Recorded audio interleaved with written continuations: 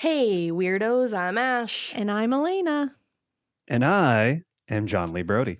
And this is a special Listener Tales edition of Morbid with one of our fantastic Morbid Network hosts, Jon Lee Brody of That Was Pretty Scary.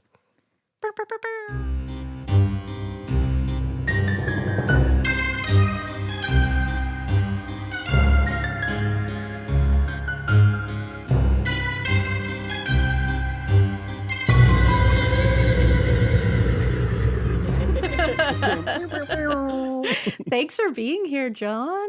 Oh, yeah, thanks for having me as a proud weirdo of, first of all, happy 5-year anniversary of the Morbid podcast, because I've been a proud weirdo for those 5 years, and it's the wood anniversary. So wouldn't it be nice if we get 5 more years? Yeah. Someone else wants to say hi. Hold on. Shelby is about to make an appearance and I'm going to lose my mind. Where is Shelby? Oh my God, look at that corgi. baby. Who is that? Shelby. Shelby. Is she feeling so much better? She is feeling better, and I think she wants to take her nap right now. She's like, wait. She's like, I was I'm just not repositioned. working right now. She's like, Dad, I'm not a show pony. All right, I'm going to do my show. Bye, Shelby. I love Shelby. She's She so knew. She must have beautiful. known. She heard y'all's voices, because she hears y'all's voices all the time, because I always have the podcast on. So she's like, wait a minute, are they here? What's I going love on? that. New I friends? love it. She is She's so like, cute. I know them. Why do they sound familiar? I know. Well, this is special because it's the 5-year anniversary month, and you're our special guest of the month. I love that. And big it's also deal. AAPI Heritage Month, and it's Mental Health Awareness Month. So it's a lot of, we Yes. got the trifecta going on, and it's very exciting. And it's crazy because I feel like I've known you two. Well, I have known you two for 5 years, but now we actually know each other. We're working together, and it's a very special dynamic. And it's all to have it all kind of culminate here is very, very special. It is. This is really fun. We're really excited for this. And I know everybody has been obsessed with That Was Pretty Scary, People are loving it. including me. And me.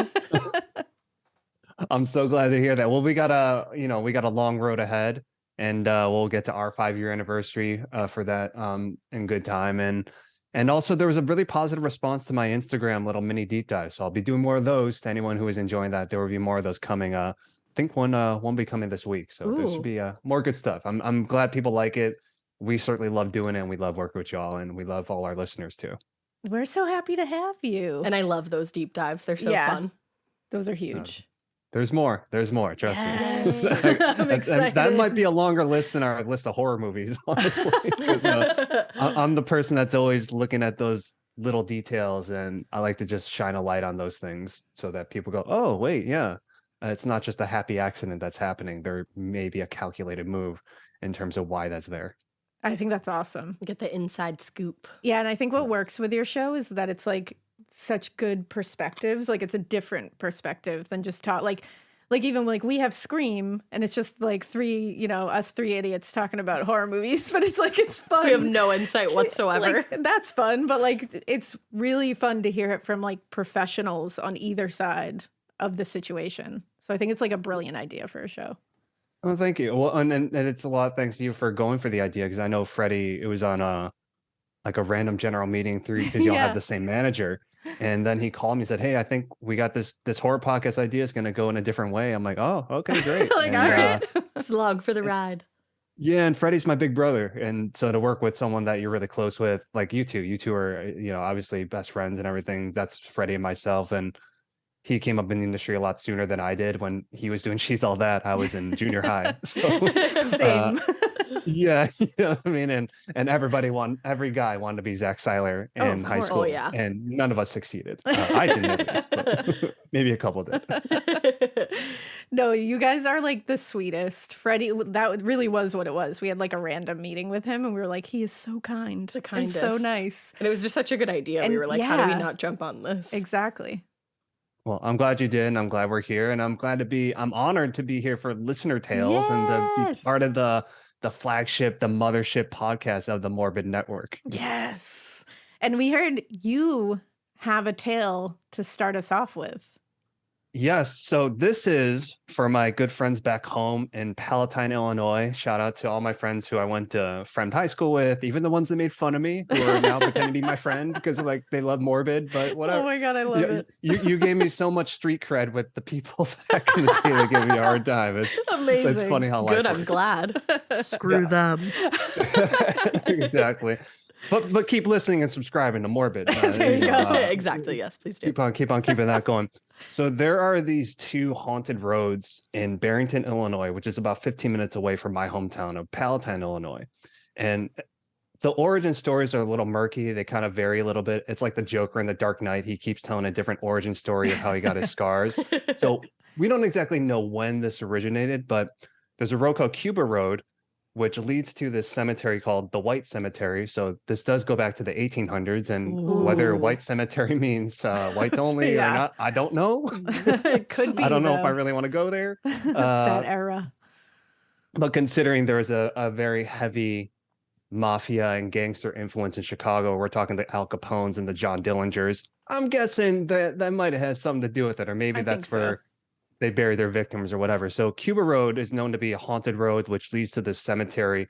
It intersects with this other road called Rainbow Road, which leads to this secluded house, which apparently back in the day was this prominent, like Scrooge McDuck's house, Richie Rich's house. It was a symbol of this wealth that you would never, ever in your wildest dreams get. And the rumor is now that at one point it was actually an insane asylum, and the building was abandoned. There's a rumor that there was a house on Cuba Road that burned down years ago, and the ghost of the woman who lived there is still there and looking over the land, and Ooh. apparently gets angry if you try to get out and see where the house was. She's like, get off my so- lawn. Yeah, I think she's the OG of get off my lawn. I you love So that. maybe that's why she's so angry, because Yeah. people are using her phrase and not giving her royalties, which Exactly. that does play into the WGA strike. So maybe our old lady on the Cuba Road is the OG of fair practices and fair pay. Topical. We support Yeah, her. maybe that's all she wanted. We support Well, her. my whole interpretation of ghosts is we tend to think that every ghost is going to be evil because we have like Ghostbusters, we think The Exorcist, and that's just how they're portrayed on screen. But there's also Casper the Friendly Ghost, who Oh, just yeah. tragically died as a kid and is just lingering in Whipstaff. I'm going off of the Casper movie Hell yeah. that came out in the 90s. It's my favorite. and then the- Christina Ricci. yeah, forever. with the human version being Devon Sawa, and Yeah. every guy was jealous of Devon Sawa because it's like, wait, every girl likes Devon Sawa. I don't Yep. look like Devon Sawa. There's no hope for me. It was the haircut. And shout out to Devon Sawa. Anyways, I digress. It So- was. By the time we all got our driver's licenses, the rite of passage was you have to drive Cuba Road because that's the urban legend we grew up with. Oh, And that's so fun. you're I really- love this. if you're really a tough guy, if you're really a manly man, because remember, this is the late 90s, early 2000s, where people still talk like that. Yep. If you're really a man, you're going to drive down Cuba Road. I'm like, oh, okay. I mean, I don't know how my How that correlates, I anatomy- don't know. Yeah. But I was like, I don't know how my anatomy and like this, I don't know how this ties into the science of whether I'm a male or not, but okay, well, let me just go with this Sure. because it's high school. We want to be cool. yeah. And I remember it was me, my best friend growing up, Chris Ryerson. So shout out to Chris Ryerson, who, Shout out Chris. funny enough, is a teacher in Barrington now. And Oh, wow. I was texting him last night. I'm like, hey man, do you remember when we drove Cuba Road with shout out to, I think it was our friends Lauren, Jackie, and Kana. And I think we were trying to impress them to show them like how brave we were on Cuba Road. This is amazing And- already. It's taking me Oh back, my though. God. It's It got a is. nostalgic feel to it. It does. And it's taking me back the more I speak out loud about it. It's funny how memories work. They're pretty dormant in our brain, but the moment you bring it up, you're like, oh wow, like the whole flash of memories come The back. details You just can like, roll in. yeah, you can like smell it. Yeah. Yeah. And it was our other friend, Pat, who was also in the car. So Pat's the friend who, you know, you have the asshole friend who, but they're your asshole, so it's okay. Oh Yes. yeah. That was Pat. absolutely. And There's always one. I'm leaving his last name out because he's a college basketball coach, so I don't want to get him in any trouble. that he's the asshole friend. But you know, Pat, you know who you are. You know I love you, but you are an asshole. But you are an asshole. We feel that. Yes. So we're driving down Cuba, like, all right, we're gonna do this thing, and like, guys, we gotta play it cool. We gotta be cool. I don't know how to play it cool now, like, let alone at the age of 16, 17, 18. Like, Right. what am I doing? But whatever, they do it on TV. How hard can it be? So we're driving down Cuba Road, and right away, and this is something we always heard about. There's these little white and green orbs of light that this isn't just reflecting from our headlights or anything. These things are like following us. They're like kind of surrounding the car. And like and there's no street lights on Cuba Road. So, So you're like, what is You're like, this is not a reflection. This defies science. And all it took was one of the girls to say, "Oh my God, do you see that?" And then all of a sudden, once they said that and we saw that, we couldn't unsee it. And then all of a sudden in my mind, I'm like, uh-oh, wait, maybe this isn't just an urban legend. Like, is this how my story ends? Like, do I never like get to be Zach Seiler and she's all that? Like, do I never, like, no hope, like I wasn't going to be prom king anyway, but there was at least a chance if I was alive, what's going to happen? And so now I'm driving in my mom's Volvo 850, which she still has to this day because we're Korean. We don't get rid of anything. So it just sits in our garage. Shout out to her. Yeah, shout out to my mom, who is the real superhero. And with Mother's Day coming up, aka Superheroes Day, she for sure is that. But we're in my mom's Volvo, and we're listening to like DMX or whatever. Yes. Mix CD. Ash is like, I'm there with you. I am literally there.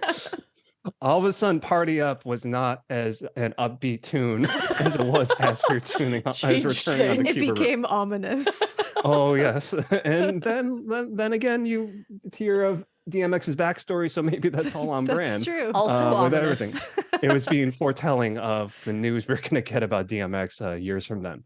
So we're seeing these orbs of light, and then we're getting to the cemetery, and I swear I saw a car turn into the cemetery. I'm like, oh, that's weird. People are here at night, and we go down there. There's no car.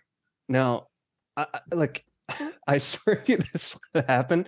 I'm like, okay, you all saw that, right? Like, yeah, there was a car. I'm like, yeah, we saw like some car pull into the cemetery, which that's I think a red flag when we're there at 8 o'clock. It's pitch black on this, I think maybe, I don't think it's an unincorporated road, but it certainly felt that way.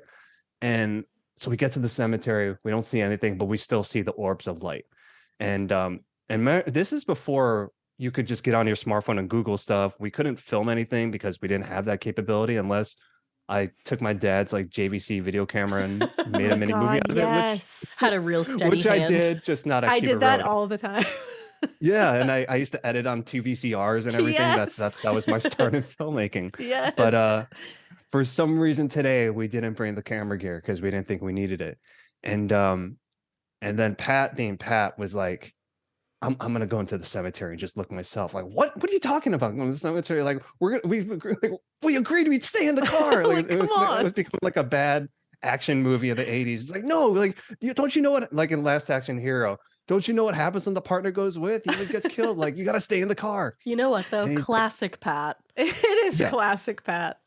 Yeah, he was on a different mission to really prove like, oh, I'm the alpha of this group. Yeah. And sure, Pat. Whatever you need to tell you. I love you, but sure. Sure, Jan. So he's like, he gets out of the car, and we're like, Chris and I are looking at each other like, we're gonna have to go with him, but we also can't leave everybody here. So we're trying to figure out what's going on. He takes 2 steps out of the car, and it was like, before Jordan Peele even had the idea for this, basically we see Pat go, nope, he gets back in the car. He doesn't even go there. And that was kind of the end of that. But then we remember there's Rainbow Road. And we said, okay, but if we're here, we got to check out Rainbow Road. And which is crazy to me, because at this point, I'm not going to lie, I'm a little creeped out. Because as much as people want to say there's no such thing as ghosts, like you can't definitively prove that there are or there aren't. That's my interpretation of it. Unless you can conclusively prove, just like we can prove 2 + 2 = 4, that you can prove there are or are not ghosts, I'm open to all possibilities. That's always how my brain's worked. Yeah. So that's my thinking. I'm like, look, first of all, my curfew is like 11:30, so I can't stay out too late. I need to get this Volvo back. Gotta impress these girls and get out of here. Hell hath no fury like a worried Korean mom wondering where her son is on a Saturday night, and let alone if she knew we were on some haunted road in Barrington doing whatever And we're you've got doing. her Volvo. Yeah, I have her So, Volvo 850, the same car yeah. that Sally Field drove in Mrs. Doubtfire, just Hell in white yeah. instead of red. Oh, Yep. Yeah, it's to give you a Yep. visual You of, just of what that kind of just car it was. that was perfect. visual. It took you right there back to really did. 1994 in 20th Century Fox. So shout out to Mrs. Doubtfire and Sally Field.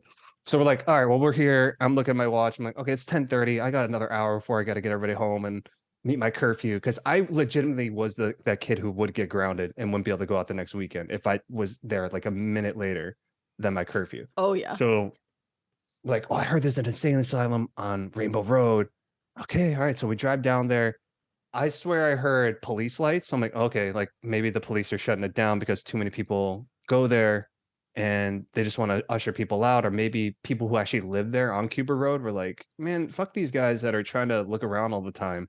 It's like, I'm just trying to live our life here. Like maybe there's nothing wrong. So like we're like looking around. I swear we saw police lights and sirens. We get down further, there's nothing there. What the fuck? So I'm like, okay, this is strange again. So like, well, which way? Which way do we go to this insane asylum? And he's like, I don't know. I'm like, what do you mean you don't know? It was your idea. Like, I just want to do Cuba Road. You want to do Rainbow Road now? What's going on? I don't know why my voice is so high now, but this is what happens when I'm scared. And like, I'm not exaggerating. I'm pretty sure I did speak in that sort of tone, but also not trying to show that I was that scared. So we're turning right. We don't see it. We're in like pitch black. And now I'm going from scared to kind of being like pissed. I'm like, well, what the fuck? Like it was enough to do Cuba. You had to just take it too far. Now we got to go here. We look down the other side, and we do see just this iron gate. And I'm like, okay, I think we found it. And it's this really ominous and dark, long driveway right out of a Tim Burton movie. Except not as welcoming. It's like Not Tim as Burton fun. movies, as creepy as they are, they're like, you still like, I want to go there. Yeah. You know, There's a This was jauntiness like- to it. this was like bizarro Tim Burton. Yeah. Ugh.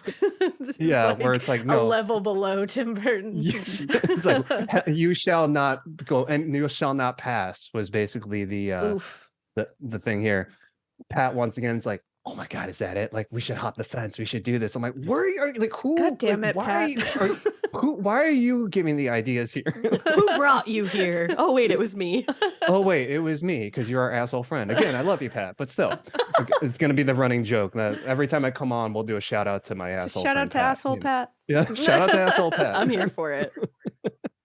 So we see that, and like, so we all like actually make a choice. Like, okay, let's all get out of the. If someone's gonna get out of the car, we all get out of the car. It's like all for one for all. We gotta be. Let's do this. So we get pretty close to this like iron gate, and then I swear, like we saw like headlights coming towards us. Like, oh no, like this could be a ghost car. This could be this.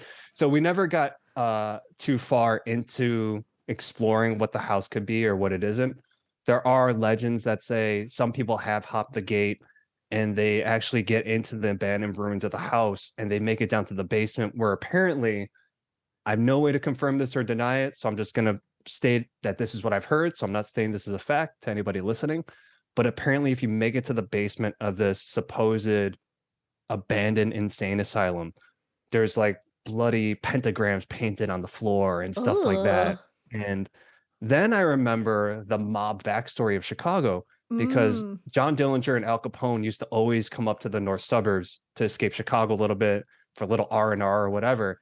But it's also very possible that they could have used this abandoned place to hide some of the dead bodies. 100%. You know what I mean? And so that's where my brain goes now. Back then, it's like, dude, I gotta get home for curfew. It's the only thing that mattered, and I don't want to look like a wuss in front of these girls because that was so important to me. So once we saw the headlights, we're just all like, okay, guys, we got to go. Like, because if the cops get us, like, we're all screwed. And we were all like athletes and we all had stuff to do. And like, if we all got in trouble, that actually would be pretty dire consequences for school. And me, I'm terrified of what would happen if I got in trouble with I'd be more afraid of my mom than the police. Let's just say that. So I was like, I would have been safer in jail. Yeah. You're like, I don't want to even play with this. Exactly.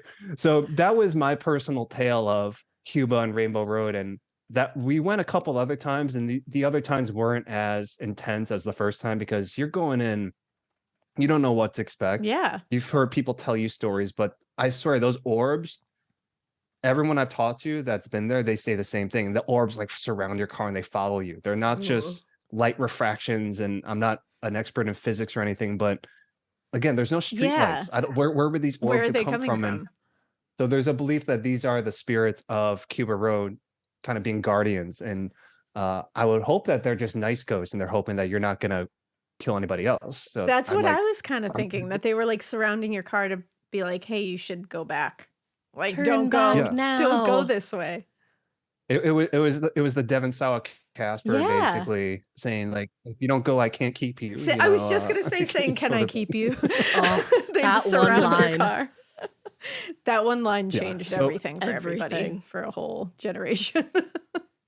Yeah, and you know, it's and it can only be said by Devon Sawa Yes. circa the 90s. Yeah. If I tried to say that, If any man tried to say that, It's a wrap. it would be like, "Oof, this turned into a horror movie." Devon Sawa right then. Let's go. Absolutely, you can keep me. yeah, it's up there with my favorite line deliveries of all time. It's up there with Back to the Future 3 when Marty McFly just has this realization about being called chicken, and he just looks at Mad Dog Tanning and goes, "He's an asshole." You know? So it's like it's up there with it's It on really par with that is. in terms of such iconic line delivery. So that was my personal tale of Cuba Road, Damn. Rainbow Road. So to be a 17, 18-year-old kid who's, you know, just first of all trying to figure out who the fuck he is as a person, which I really haven't figured out. I mean, it's really in recent years I figured that out, but trying to look cool in front of these girls with your friend, also trying not to be the wuss of the group sort of thing. Not that I think I am, but look, when you're dealing with the supernatural, anything goes. You don't know what's going to happen. I was gonna And, say, I'm not trying to mess with that. No. No just- way. so yeah, and I did put a thing out on my Facebook last night to any of my hometown friends if they had any stories they wanted to tell me that may have been Ooh. intense, and I would love to share a couple with you if you would love to yes. listen Please to do. them. So this first one is from Kristen Koenig. So shout out to you, Kristen Koenig, who actually she actually planned our 20-year reunion last year. Oh, damn. So shout out to you, Kristen, for doing that. I don't Shout know out to why you got Kristen. tasked with such a thankless job. Yeah, I was gonna but say, damn. appreciate you. So she wrote this on my Facebook. I drove along Cuba past the old cemetery and saw the floating orb of light that follows you. Also got lost searching Rainbow Road for the asylum, traveled along a creepy little side road that turned out to be someone's driveway. Once we realized and tried to turn around, a man burst out of his house with a shotgun and scared the shit out of us. What? Okay. And then she also mentioned that there is also an urban legend that if you stop on the train tracks and honk your horns 3 times, a ghost train will come. I love those kind of urban legends. Those are the most Yes. fun. Yep.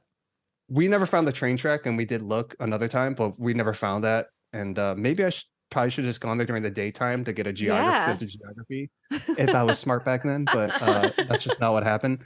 And Kristen B. Shamel said, a bunch of my friends and I drove there way back in our day, late in the fall, and we saw a faint green light, not orbs, more like Aurora Borealis style green light Ooh. emanating from that graveyard. A couple of the guys got out and went in with a flashlight to see what was going on because they thought someone was pranking or left glow sticks out there, but came back after a few minutes with no answers. But both were freaked out because one of them was sure someone tapped them lightly on the shoulder. He whipped Ooh. around and no one was there. And our other friend, parentheses flashlight guy, wasn't close enough to have done it. To this day, they still get quiet and uncomfortable when we talk about it. Ooh. That Yeah, gave me the and- chilly willies. Yeah, they got Right? touched. Yeah. And so it's fun to first of all hear from people that I haven't heard from in a long time, and some of the others share with me that they heard those same urban legends and nothing really happened. But for every one of those, there's those other stories like from the 2 Kristens. I didn't even put that I together know. I till was now. gonna say.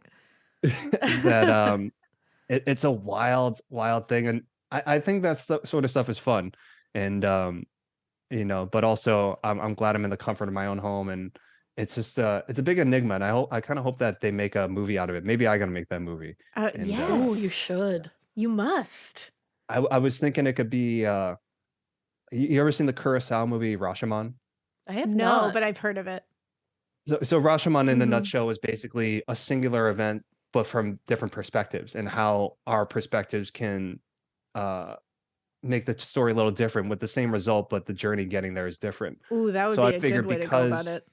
yeah, yeah. So I figured because there's so many different stories and different interpretations, I think that's how you structure the movie. It's just maybe these different tales almost and all gets juxtaposed almost Pulp Fiction style, culminating into like Yes. Cuba Road and what the singular thing happening there and what everybody thinks they saw or didn't see. Oh, Uh, that would be so just- cool. I want to see that. and then we can complement that with a Morbid episode with a deeper dive in the Cuba Road. You know what I mean? So it's just Yes. cross promoting. All I right, think we have a game plan, guys. TM. Oh yeah. TM, TM, TM. That's ours. Don't So take it. thank you I for letting me love share my that. story of Cuba Road. This is it's taking me back to my teen years. I love which is that. quite a bit ago. Yeah. No, I that was a like- good one. Thank you for sharing. I like the Aurora Borealis green coming out of the graveyard. I could like picture that immediately. I was like, ooh, I want I to go know. in there. I want to go to those ruins now and see the pentagrams and I shit. know. Maybe field trip. I mean, was Yes. just gonna say field trip. I would love to host you both in my hometown because we'll do the Cuba Road thing, but also there's Spunky Dunkers, which is the only place I get donuts. It's in my hometown of Palatine. Ooh. That's sold it right We there. love a as far as donut. I'm concerned. Or several. And my cousin Natalie is like the head of marketing for Lou Malnati's Pizza. So we'll get some deep dish pizzas thrown our way as well. So I would love to host you two in my hometown and it'd be cool to just do like a little side quest with the Morbid girls. Hell Hell yeah. yes. See, you just got a double hell yeah unplanned. Yeah, you did. Oh my god. Send us dates. Yep. let's Hashtag go. made it. Our people will call your people. Let's make this happen. It's All happening. right. It is absolutely happening. Oh, now And I want Shelby will deep join dish. us too. We'll have Shelby Yes. part of the adventures as well. So Absolutely. it'll be a great, great thing. Shelby is part of the squad as far as I'm Oh, yeah. concerned. Hell yeah. That's our girl right there. Well, should we go on to some random listener tales? Hell yeah, brother. We'll you tell wanna you start some us tales. off? Yeah, I love that. All right, so the one I'm going to start off with is called Boogeyman Birdie and the Haunting of Room 118 Obsessed. by Sarah. Brought to you by Sarah. It says, "What's up, you wonderful weirdos? My name is Sarah, spelled the correct way with no extraneous consonants, little winky face. I love the pod and have been skipping around the episodes for the last several months. I've never been much into the true crime genre, but decided to give it a go when your podcast was recommended to me by a coworker. I love spooky shit, but tend to gravitate more towards ghost stories and paranormal type things, rather than true crime, because honestly, the real life shit is way more terrifying because real life or real death. Accurate. And it freaks me out. I don't always have nightmares, but when I do, it's the kind where you can't distinguish between dreaming and being awake. Yes, I said that like the world's most interesting man from the Dos Equis commercials. Stay spooky, my friends. Will do. Anyway, I've been listening for a while, but the heebie-jeebies got the better of me, and I had to take a break after having a nightmare involving Richard Ramirez. Ooh, that's right. The Night Stalker decided to stalk his way into my dreams one night recently and proceeded to chase me through the halls and classrooms of the high school where I currently teach. I don't love that for you. Being a teacher in these times is scary enough. I don't need some psycho killer thrown into the mix. Sheesh. And you are right. Being a teacher is scary enough now. And we appreciate you. They don't pay me enough to deal with that level of bullshittery, and you would think that the terror would stop there, but plot twist. My mother decides to make an appearance in the scholastic hellscape my subconscious has so elegantly designed, and is waiting in my classroom to convince me to sit down with Mr. Ramirez for a nice chat because he is, and I quote, a lovely young man. Excuse me while I schedule an emergency session with my therapist because I feel like there's a lot to unpack here. So needless to say, I stepped away from the pod for all of about 24 hours. What can I say? Y'all are just too good at what you do. Thanks. No need to fully hold on to your butts, but maybe make sure they are secure in case we encounter any turbulence. I'm quite proud of the fact that I've lived most of my life free from natural encounters. It's somewhat of an achievement considering I grew up in uber-rural Georgia and spent a few years of my young life involved in a Pentecostal church where belief in the supernatural is very real. Think speaking in tongues, spirit possession, all that sort of carrying on. Anywho, after graduating high school in way back times, 2006. That's vintage. I'm 2004, so 2002. there you go. 2014. Oof. Stabbed right in the chest. I attended Carson Newman College in another rural town in the foothills of the Appalachian Mountains. Which one is it? I think we've been told more often that it's Appalachian. I'm going to go with that. Because I think that is, Appalachian. I had a softball scholarship, not super relevant except to denote my tough girl status into late blooming lesbianhood and subsequent detachment from my ultra-conservative religious upbringing. Shrug. All female athletes were housed in Butler Hall, named for the late Bertie Maples Butler.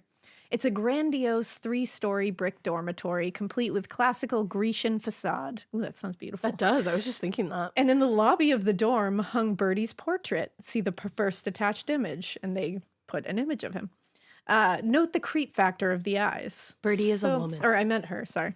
So old Bert, there she is. There's Bertie. Very regal Bertie. Gorgeous, gorgeous girly.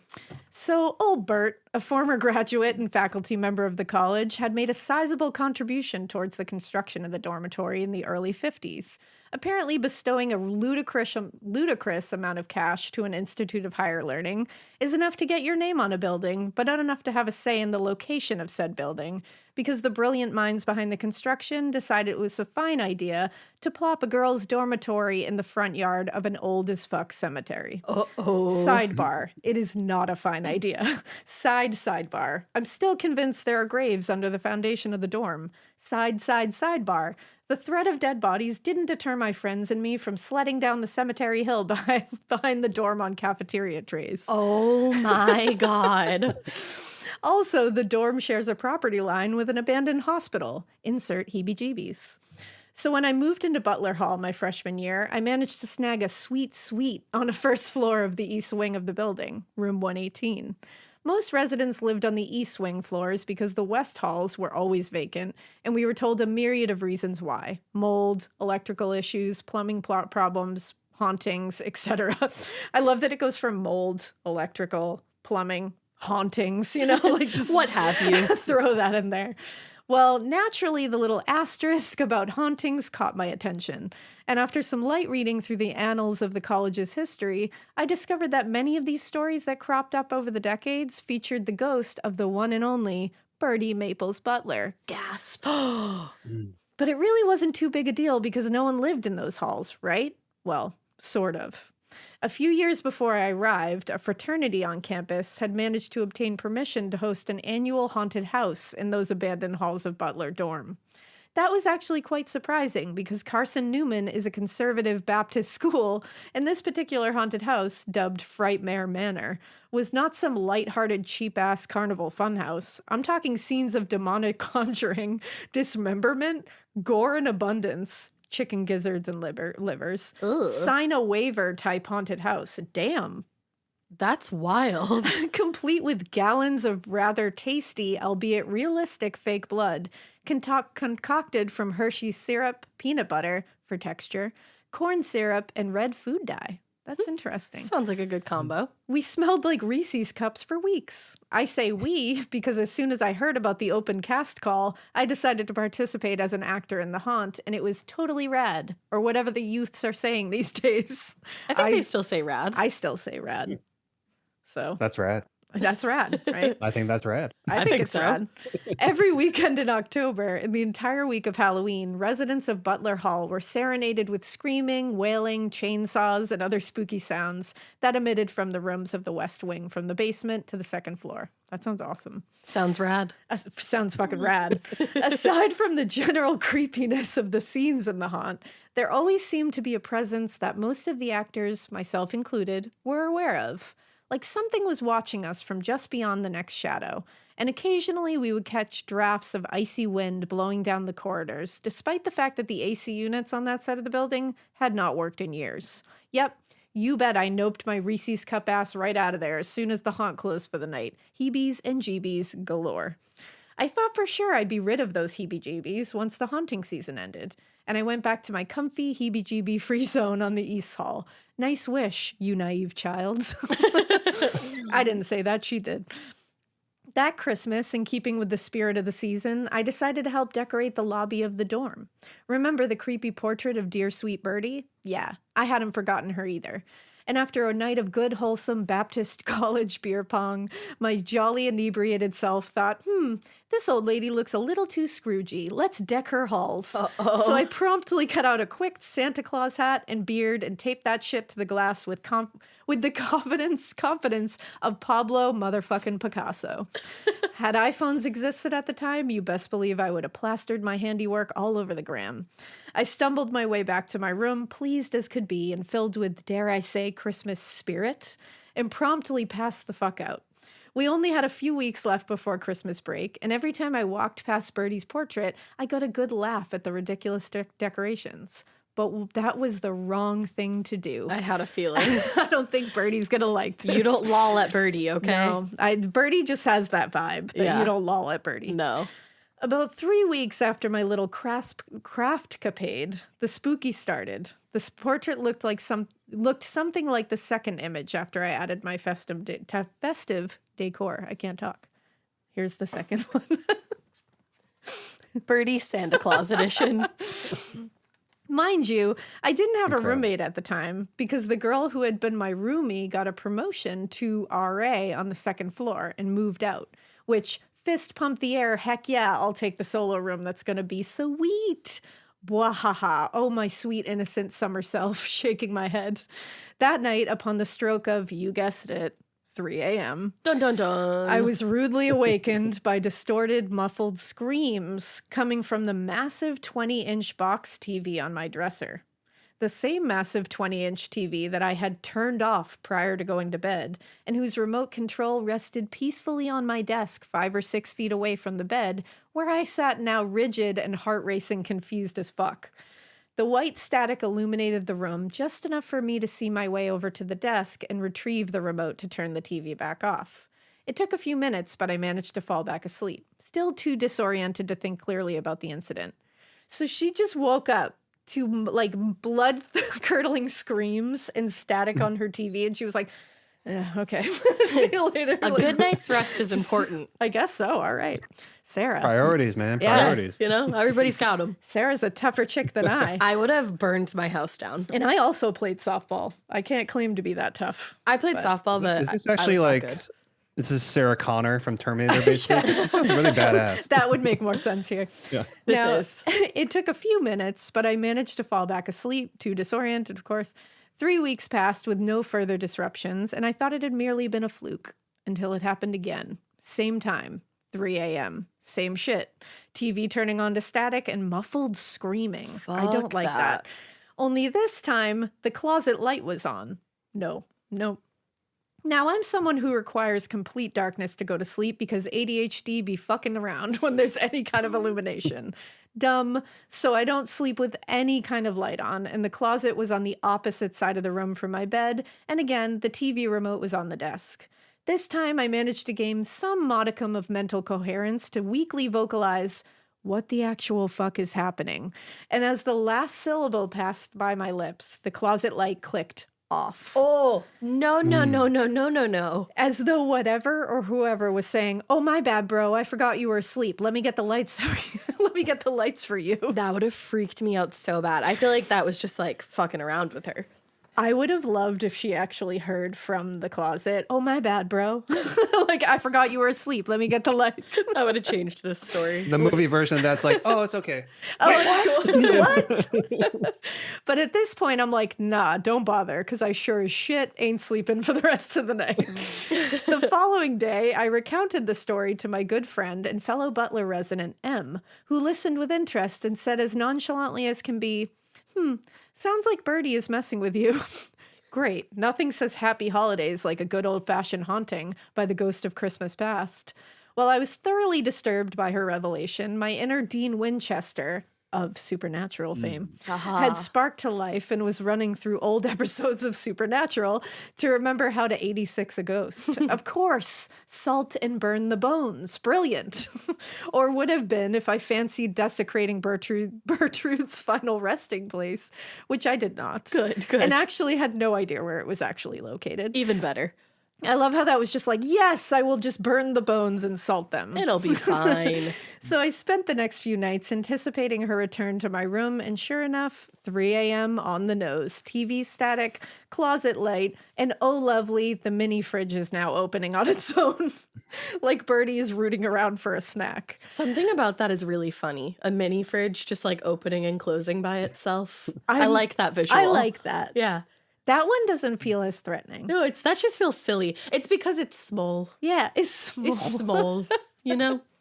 That would humanize the ghost for me. I'd be like, oh, I Yeah. get it. You know, like in Casper when like Fatso, Stretch, and Stinky, they're eating food. Yes. Like, oh, Yeah. see, ghosts You're get like, hungry oh. too. Help Yeah. yourself. I Just love snacks. Looking for a snack. We got hummus. We got carrots. Yeah. Help yourself. Let me know what you want me to stock in there. I'll do yeah, it. just leave a post-it. Exactly.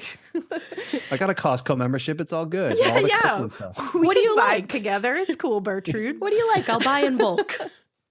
At my wit's end, I yelled into the semi-darkness, "What the fuck, Birdie? Get a life and leave me the fuck alone." I don't know if that was quite the way you wanted to go about that. Yeah, that was mean.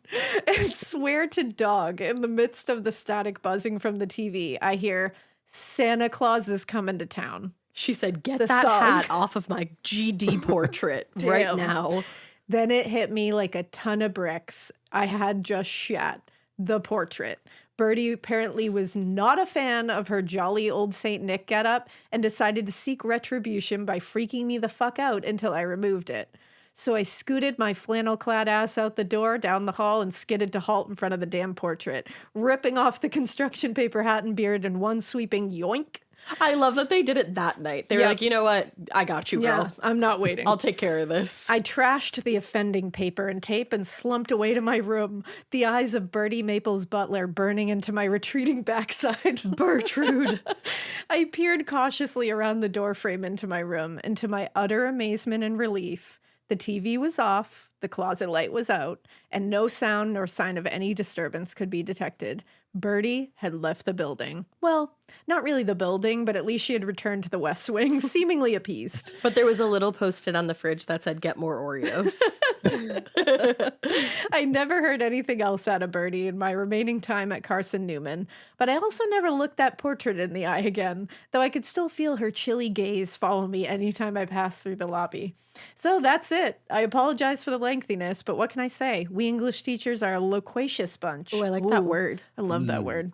It's an forget- SAT word. Right? Yeah, it it feels is. right, like loquacious. Ooh, I'm going to try that on Scrabble. There you go. That's a lot of points. Don't forget to keep it weird, but not so weird that you unwittingly insult the resident ghost of the oldest fuck creepy ass millionaire namesake of your college dormitory, and she decides to haunt you right before Christmas because your drunk ass thought it would be funny to dress her equally creepy ass portrait as Santa Claus. Bye. That was a good one. That was almost impressive. lost- That was lost really my breath impressive. at the That end. was great. Sarah, you need to be writing for like every movie and TV show. The Truly writing of that, it was so good. That It was was- really good. I was there. painting a picture. Yeah. I liked that. Or maybe a portrait. But A Bertrude portrait. I love it.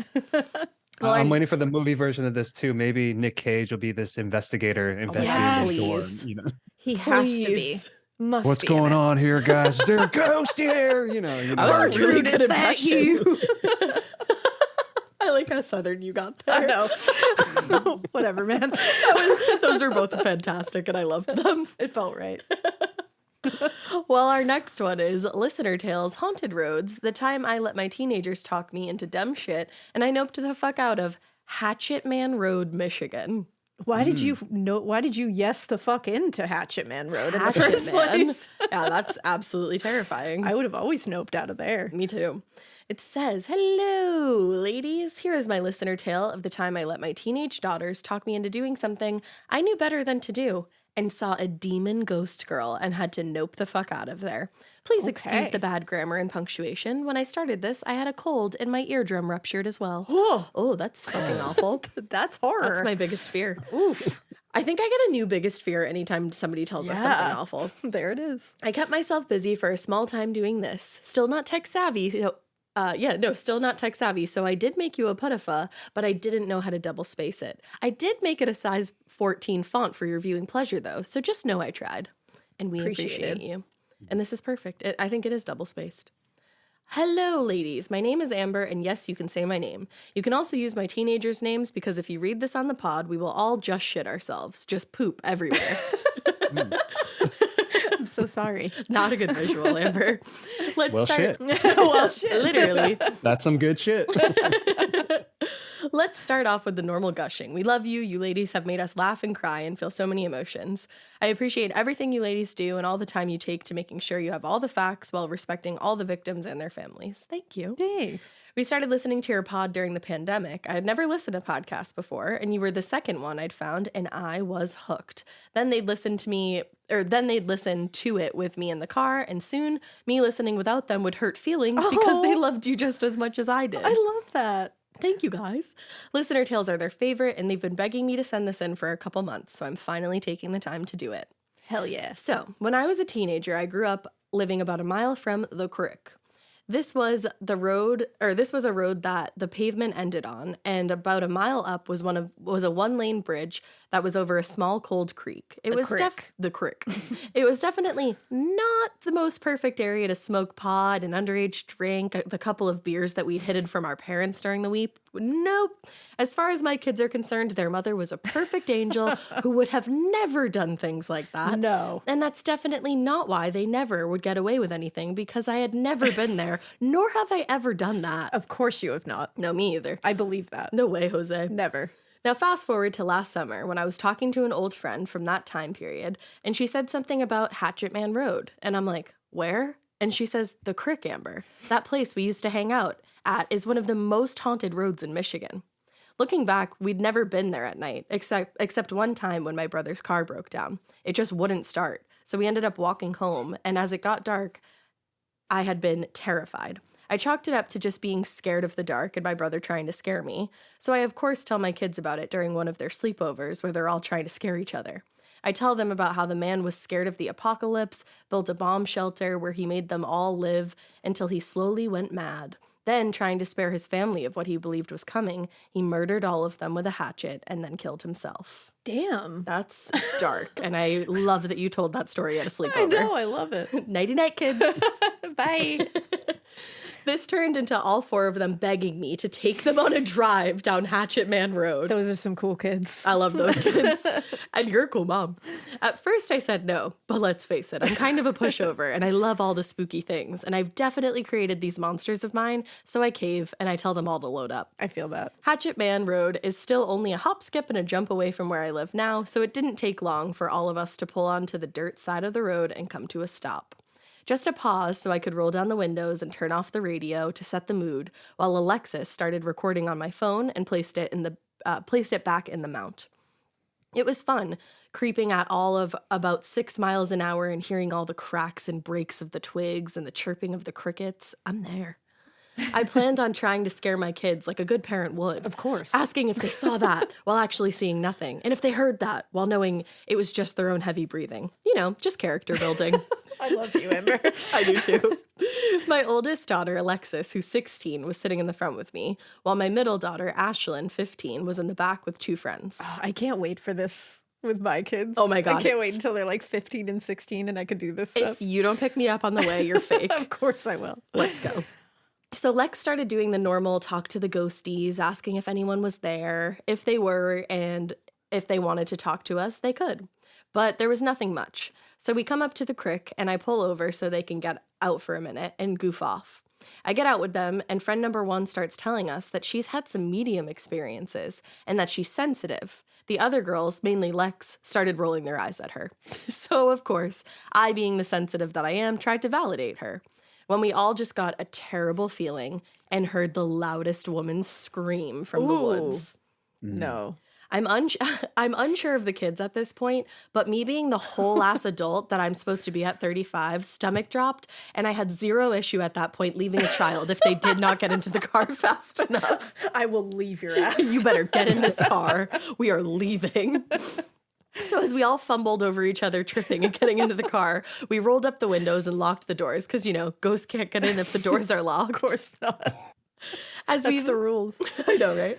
As we flipped around and started to head out, friend number 2 and Ash were giggling in the back seat about how she almost lost a shoe and what on earth was that scream when friend number 1 grabbed my seat and said, "There's a little girl and she's crying." No, I'd be out of there. I'd be like, you get out of I'd the be car. like, out of the car, out of the car. No more. Tuck and roll, baby. Yeah, no. I just got all quiet because, fuck that. Indeed, fuck that. Oh my God, that's absolutely terrifying. Sorry, I lost my place. I would have literally, if she said that, I would have just turned around and been like, fuck that. absolutely Get out fuck of the that. car. But then Alexis turned and looked at her all mean and says, "You're full of it. You're the only one saying those things to make yourself feel cool." I hit the brakes and was just like, "What's wrong with you? And why would you say that?" Lex says, "If there's really a ghost, make yourself known right now. I bet you won't though, because you're just a giant pussy." Oh, damn. My jaw hit the floor. Friend number 1 said with a shaking voice says, "Lexi, stop. You don't say things like that." She went full send She with did. that. I even chime in and tell her to stop. We were just trying to have fun, and now she was turning into a real jerk. She then started to throw her 16-year-old teenage attitude around, and I just looked at her and said, "That's it. We're going home. We're done." You're being mean to the ghost. No. I tell the kids to make sure that they're buckled and apologize again to friend number 1, who's visibly shaken and pale. Alexis isn't a jerk like that. She loves all her friends. She's a really sweet, caring, and compassionate kid. It was at this exact moment I went to turn the phone recording off. When I looked at my phone that was pointed in front of the car, my blood ran cold or hot. I don't actually recall if I knew the exact temperature, but I know that I couldn't feel my legs. I couldn't even talk. I had just hand nudged Alexis, and she started freaking out, and soon all the girls in the car were shrieking. It was all I could do to reach up and push in the 2 buttons that screenshot in the trees. You could see the perfect little image of a little girl with long hair hanging around her face, just past her shoulders, and in one of her hands was a teddy bear. I would like that at all. pedal to the metal out of there. Goodbye, see you never, Fast and the That's Furious, like a let's straight go. up little girl. With a teddy bear. teddy The bear? teddy bear makes it real. Yeah. Ooh, Yeah. ooh. Yeah, no. I don't no. like that. No. And then like part of me would want to make sure that it was like not a real little girl. just like hung up in the trees. yeah. Oh, I hate it. I don't hate like it. I don't like it. So I look from the phone to the actual trees, and there's nothing. Okay, well, I guess you checked. Now it's time to leave. But I look back at the camera, and she's still fucking there. No. It's one of those things where you can't believe your own eyes. Open, close them, rub them. It doesn't go away, so it almost paralyzes you. But there she was, standing in the trees. You could feel her, or no, sorry. You could see her from her head to her feet. Black hair and a white knee-length gown with the teddy hanging from her hand. Her eyes were all you could make of her facial features, and it was the darkest, blackest holes I've ever seen. It's Samara. I literally hate this, David. I don't like it. Oh! Once I came back to the realization of what was going on and gathered my bearings, with teenagers screaming on all sides of me, I hit the gas and very, very vocally said, "Fucking nope, fuck that, no fucking way." We were no longer doing 6 miles an hour to get the actual fuck out of We there. were actually levitating. We took flight. It was weird. All of a sudden, we were wild. just flying. Yeah. In this moment, I no longer wanted to be the adult. I wanted my bed, my safe, and my warm bed. The one that has my big 230-pound burly husband in it. The same husband who probably would have said no and stuck with no. Because even though he's not the responsible one in the relationship, he is not going to go ghost hunting with teenagers at midnight. Nope, that was my dumbass choice. So we finally get to the pavement. The whole mile we had to drive out, feeling like an absolute eternity. And I head towards our house. It was a quiet ride until about halfway there. Lex turns to friend number 1 and says, "I'm really sorry I acted like that back there. I honestly don't know why I did. I just felt so angry and frustrated." And she says back to her, "That's okay. It wasn't you. It was him making you feel that way." Oh, no. And every single hair I No. have stands up on the back of my neck. "Well, girls, I have sage. Every single one of you is getting some when we get home, and so is my car." The rest of the trip was all chatter from the girls laughing and giggling, and I just can't wait to get home and change my underwear that I'm pretty sure I've shat myself in. We pull into the driveway where we get out once again, tripping over each other to get into the house. Ash immediately grabbed the sage, yeah, I did, and lit it. Well, Lex started mirroring the phone to the TV so we could all watch the video that we'd just taken. I went into my husband, still shaky and not exactly sure if I could feel my legs yet, walking up to him, telling him he needed to come out and watch this. So as we all sit there and watch the recording, there is nothing. The screenshot I took where the girl was, you can only see the blackness of where her eyes were. Oh, but that's it. So we all went to bed with 4 teenage girls sleeping on our bedroom floor because they were too scared to sleep alone. Now, I don't scare easily. I never really have. When I started, I was sensitive earlier. I just always know if a house is haunted, or not just from walking into it. I've cleaned houses since I was a kid with my mom because she owned her own cleaning business, and doing what we would call the empties, I'd walk into a good handful and know I was not alone. There's a couple great stories from the ghost who would slam doors and turn the lights off while I was in the room, but would stop if I sang along to my MP3 player. Or the one where I went to walk into the basement and was so overcome with dread, I refused to go all the way down the stairs. So while I was vacuuming, the hose came undone 3 times. The 3rd time, I was watching it, and at 8 months pregnant, noped the fuck out of there. But this is a road tales, so I'll save those for a later date. Hopefully by then I'll have another ghost story because I just moved into a house that was built in 1900 on a hill with a giant front porch overlooking the city where I can drink tea and glare with a cemetery as its backyard. Ooh. It really is just a witchy kind of perfect. Hell yeah. It sounds like it. Anyways, keep it weird, but not so weird that you think it'll be fun to go on a midnight haunted adventure with a bunch of teenage girls and realize that you see a little demon ghost girl and you no longer want to be the adult anymore and you nope yourself all the way home. Amber. That Wow, was so freaky. In the Midwest too. So like Midwest, we got our haunted roads. Yeah. apparently. Midwest themes. I love it. You guys have like a monopoly on the haunted Seriously. roads. You really do. Absolutely terrifying. Damn, Amber. Illinois, they're a little more stealth about it. It's like Cuba Road, like, yeah, it doesn't sound too threatening. Like the Hatchet, and I'm like, whoa. I hold on. know. They're like Rainbow Road. It's like, that sounds nice. That's a lot better. This one's like Hatchet Man Road. I'd take Hatchet the you in the orbs. face road. Yeah, Like, I'd take the orbs over the Yeah. little teddy bear girl any day. oh, the teddy bear girl I don't like. And the deep black eyes. No. I hate it's a I'm not scary, into scary it. thing. I am not into I it. don't like it. Ooh. Yeah, Yeah. that's a good story though. That was, That was a a good really story. good story. And then this little possible like spirit possession too, saying like she made Yeah. you feel that way. Yeah, that's what it sounded like. Yeah, that she was suddenly being like nasty when she's really not. She was like, yeah, sorry I was acting like a turd back there. That wasn't me. And she's like, no, it's fine. It was him. And it's like, who? We never got further explanation on that. Was it the Hatchet Man?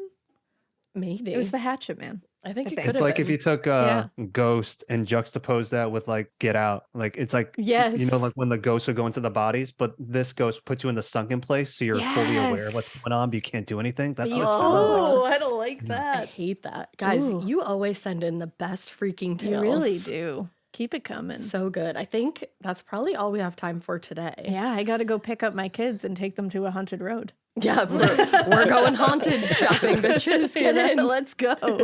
Well, John, thank you so much for coming on, and thank you for bringing stories with you too.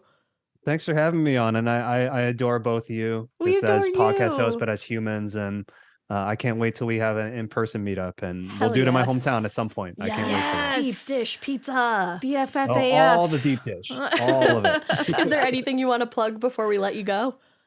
Well, as people know, that was pretty scary. Is every Wednesday. This we got a really fun list of movies coming out. So just it's going to be a long first season, but we got other seasons planned as well.